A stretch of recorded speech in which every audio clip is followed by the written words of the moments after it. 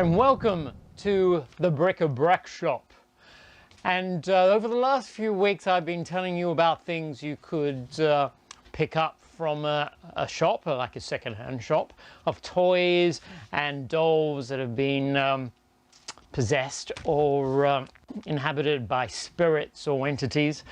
So today I thought I'll take you out of the shop and show you the most haunted house in London. Well, that's the title it got back in the 1800s. It was known as the most haunted house in London. This is Berkeley Square. Now, Berkeley Square was designed by William Kent back in the 1740s. And he designed a lot of the buildings around here as well. And some people on the internet and information have said that he may have designed 50 Berkeley Square as well. I couldn't really find anything, but let's have a look at 50 Berkeley Square. And there's always been some sort of account of spirit or ghosts with this building, and even some sort of entity that's been nicknamed the Nameless Horror.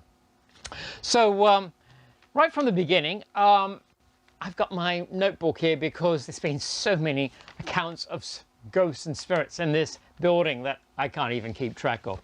So right from the beginnings, and probably the first spirit that we hear about is a 5-year-old girl, one of the daughters of the servants, who actually fell down the steps and died. And apparently her ghost still haunts the place as well. But the second story that we hear, the second ghost, and people have seen that one around quite a bit, was Adeline. Now, she was a young girl, probably a young teenager, and she tried to escape her abusive uncle, and she fell out of the attic window out the top there and fell and died. And her spirit apparently haunts the place, and people have noted they've actually seen a young girl hanging from the top windows of the building and falling down and disappearing. So no one understands that, but it's a reoccurrence, and that was Adeline. Now, the house was also lived in by one of Britain's prime ministers, George Canning. He lived there till 1827. In fact, that's where he actually passed away. And he was the Prime Minister of Great Britain at the time. And he actually noted strange things happening on the upper floors as well. Although he never really ventured to the top floors, he mainly stayed on the bottom floors. But he noticed a few bumps and noises in the night as well. Now, when he passed away, Elizabeth Curzon took over the house. And she apparently lived there to a ripe old age of 90. So obviously, she got along quite well with the strangeness of the house. But there's been stories in between that. So I'll go back into my book again, because she lived in that house to 1859. But in 1840, and this is in the period that she was still there, that we have Robert Warboys. Now, he was in a nearby pub chatting with his friends about the most haunted house in London. And there was a lot of strange goings-ons about there. And he was dared to spend the night there. So he thought he wasn't anything wrong with it. It was just another house with strange stories about it. So he managed to convince the owner that he could stay in the building. So he actually had the second floor bedroom. Apparently this is where a lot of the strange things happen. Now, the owner said he could only do that on conditions that he had a gun with him and he would ring the bell. And so he went upstairs, and just after midnight, the bell rang, and rang quite ferociously, and then there was a gunshot. Now, the owner ran upstairs to actually find out what was happening, and all he found was Robert Warboys in a corner dead, and his face in the most shocking expression of fear. And on the other side of the wall, where the gun went off, there was a bullet in the wall, obviously not hitting whatever it was. And he just died of fright. It was just so tremendous what this thing was. And that was Robert Rawboys in 1840. Now, after that, apparently the house got taken over by someone else. And apparently Mr. Dupré, just reading from my book here, Mr. Dupré actually had a brother that went mad, and he actually locked his brother up in the attic. So the stories go as well. Some actually say the basement, but I tend to believe the attic. And actually fed his brother through a hole in the door. And that's where his brother stayed. And we hear that story until about 1859. Now, that is when Thomas Myers moves into the house. Now, he actually got the house for his bride-to-be. He was going to get married, and he had this fiancée that he was going to marry. Now, looking through my notes, he moved into the house in 1859, and it actually makes him about 61 when he was going to get married. And unfortunately, his bride jilted him at the altar and didn't turn up for the wedding. So he was quite remorse over that, and he locked himself away in the house. Some say he actually locked himself up in the attic and wouldn't come out during the daytime. And at night, probably slept through the day. And at nighttime, he'd be moving around the house.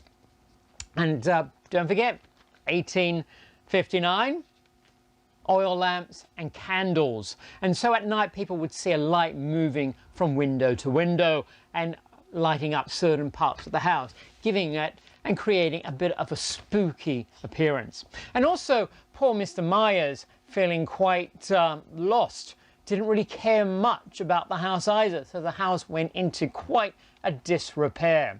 Now, if you can imagine, Mayfair, one of the elite areas of the time, still is actually, being located in Mayfair, that it was a house that just stood out as being in disrepair and falling down. Now, Thomas Myers, he actually stayed there till he died at the age of 76. Now, this takes us up to 1874. And just before he died, we had another little incident happening here. 2 years before he passed away, Lord George Lyttelton wanted to explain what was happening with this house because, as I said, the house had gone into disrepair and stories of ghosts and hauntings. He was also a bit of a paranormal investigator for the times. So in 1872, he managed to stay the night to find out what was happening in this house. And again, he had the second floor of the building, and he went in with his hunting rifle. And again, after midnight, the bell started ringing again. And he took the gun and shot at this strange creature. And he was actually able to survive the incident. Now, he fired at it and probably drove him away. And whether he missed it or it went through him, we're not really quite sure. Don't forget, it was dark at the time and with enough light just for him to see the creature.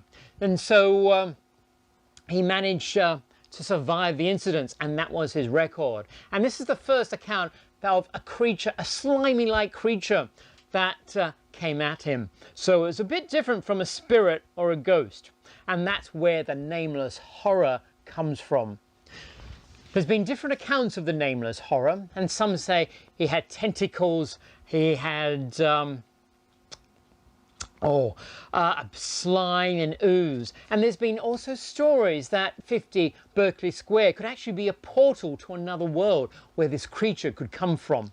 And also a theory that there was actually like a secret passage to the London sewers, and this creature would come up from the sewers into the building. So a few different stories. So and that was in 1879.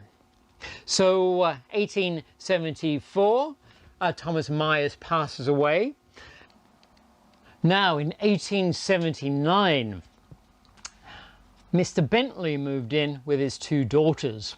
In fact, one of his daughters actually used to complain that the house smelled, and I'll read it from here. There was a strange, foul, musty smell in the house, like it was coming from caged animals.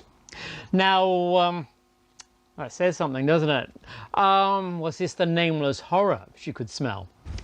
So, now one of the daughters was going to get married, and her fiance, Captain Kenfield, was coming to stay with them. So the maid went upstairs to get the room ready, and that's where she encountered the Nameless Horror.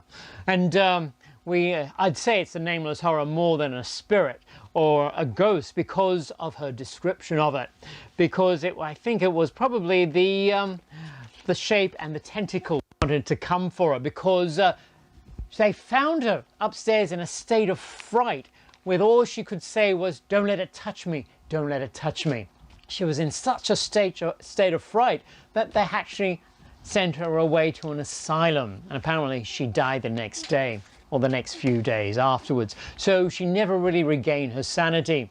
So what was this thing that came into the room that scared her such? So they took her away that night, and Captain Kenfield arrived, and he said he'd stay the night in that room that she prepared. And during the night, the apparition happened as well, and it scared him. And again, during the night, they heard gunshots, and they went upstairs, and they found him dead in a state of shock. So he was scared to death. And again, no clue to what this creature was, or this thing. So that was 1879 with Captain Kenfield. Now, in 1887, two sailors, from my book again, Robert Martin and Edward Blunden, they were from their naval ship Penelope, and they were in town for Christmas Eve, and they'd been out drinking. Now, they had no money, they had nowhere to stay, and they found themselves at 50 Berkeley Square. And they managed to break in and secure a place there. And apparently the place was in disrepair, falling down quite a bit, and they managed to find their way up to the second floor, to the bedroom there. Mainly, probably, that was the most pleasant place in the building. And that's where they camped down and stayed the night. So they were quite tired, they'd been drinking quite a bit, and one of them was woken by hearing footsteps coming up the steps, and it felt like, from the reports that I found, it slid up the steps, and there was slime apparently, and this creature came in with tentacles. And don't forget, it was dark, it was late, it was in the middle of the night, and so he ran out the door and out, and he found a policeman. And when they got back, they found Edward Blunden had fallen out the window and had been impaled upon the fence. And there's other stories that they actually found him in the basement, scared to death as well. But probably more likely from the stories and the reports that he actually fell out the window and was impaled on the fence. Not a very good way to die on Christmas Eve, or probably Christmas morning by then. And because they went back into the building and no sign of the creature or the spirit or the ghost or whatever it could be. And so that was the last known reporting of strange things happening in 50 Berkeley Square. The house later got bought by a petroleum oil company and used as offices. Like a lot of the buildings around Berkeley Square, a lot of them tended to be turned into offices and commercial dwellings. And apparently there's only one house still in Berkeley Square that's actually used as a house where people actually live in. Now, in 1937, the Maggs brothers moved in. They're antiquarian booksellers, and they sold original books, antique books, old books, maps, and that's where they established their shop. And they've only recently moved out of there back in 2015. So they've been there for a long time, and even they've noticed some strange things happening on the premises. Like, getting back into my book again, incidences where one of their customers had his glasses knocked out of his hands unexplainably. One of the pictures on the walls fell down. Surely there could be anything like a faulty hook, or the guy just dropped his glasses. Strange things have happened. In fact, one of the maids, which was getting one of the rooms ready for a party, actually felt like there was someone watching her over her shoulder, and every time she'd turn around or something, there was nothing there. So strange little occurrences. Also, one of their employees, Julian Wilson, he actually had the second floor bedroom where all the incidents were supposed to have happened. And apparently in the past, like in the 1800s, the police actually taped off the upper floors so you couldn't go up there. And I think that was after the 1887 incidents with the two sailors. Now, Julian Wilson, they was actually working in the second floor bedroom, which they actually converted to an office. And he was working on his computer, and he actually noticed a brown mist pass in front of him. Now, that's the closest he's actually got to. But that was in the room where all the strange incidences happened. So still, there have been some strange things going on in that house. And even Mr. Maggs has actually said that the house has some strange entity going on in that house. And mystics or psychics have actually said the walls of that house are charged with some sort of electrical energy. And people of other psychics and mystics who have gone in have actually felt that going into the house. So there is some sort of presence in that house. So what do you explain of 50 Berkeley Square? Now, a lot of those other sightings, like the Nameless Horror, was that an alien or some sort of sewer monster, or some sort of creature kept on the premises and able to walk around at night or through some secret passages? And maybe that Nameless Horror has now died, and that's why we don't hear about that creature anymore. And as for the spirits and the ghosts, well, maybe they are still there, which is why we still hear of those strange stories in today's times. Well, we'll see what happens with the new owners. The Maggs brothers have moved to new premises back in 2015, and new owners have actually taken over the house. It'll be interesting to see if we hear any more stories from 50 Berkeley Square, noted as being the most haunted house in London, especially back in the 1800s. So if you've liked the story, please like it and subscribe if you haven't already, so you won't miss out, and click on the bell as well. And that way you'll be up to date with all my stories. So until next time, take care and beware.